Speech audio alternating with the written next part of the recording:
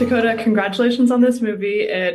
You are stunning in this movie. It's incredible. Thank you. So I hear you were somebody who really pushed for Sean Penn to be part of this project.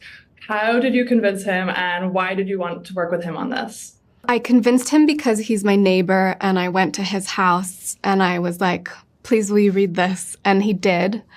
And then he asked if we could go for a walk, and we talked about it, and I convinced him to do it.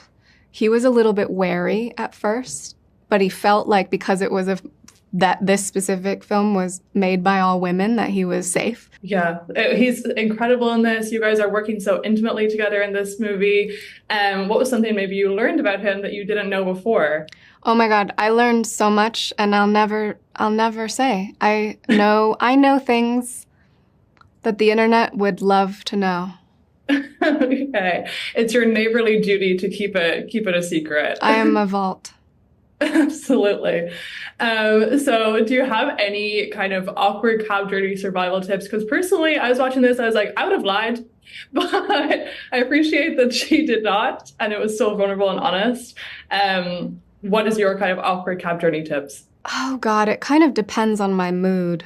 I feel like it's okay to be honest with people as long as you ultimately feel safe, you know? And I think that Girly felt really safe. And even though at times the dynamic shifts to being eerie in moments, like she's a very confident, brave, and curious young woman. So I think it's amazing when people connect, especially strangers. So I think it's a beautiful thing. Absolutely.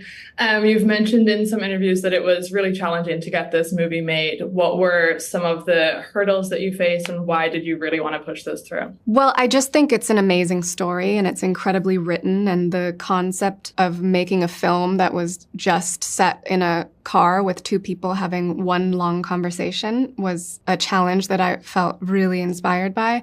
But it was difficult to get it financed to begin with, just because it's so contained. I think people had a hard time wrapping their minds around how it would be entertaining. It took just certain people who really saw the humanity in it and the truth in it and wanted to make something different and special, and we're so lucky that we were able to do that. Absolutely. Do you have kind of a pit and peak or rose and thorn of this project as a whole? No, it's pretty much roses. All roses. You also work as a producer on this. How do you kind of navigate those two hats while, also being the starring role in this movie?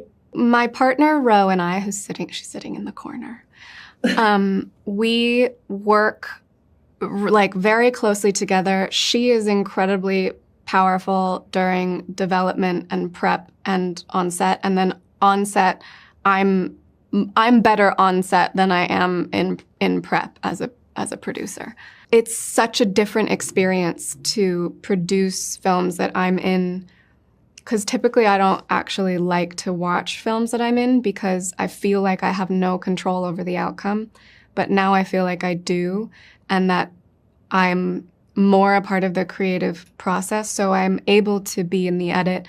I'm able to be a part of the process, and also to choose people to work with that are genuinely good people and are at the top of their game and want to make something special. And I have a hand now in creating the environment that everyone is working in, and it changes the experience. It feels so much more fun and loving and collaborative. Absolutely. Also, like, if I'm not a producer and the movie turns out bad, it's not my fault. You can blame someone else. Well, this one's great, and you should be so proud, and congratulations. It's beautiful. Thank you.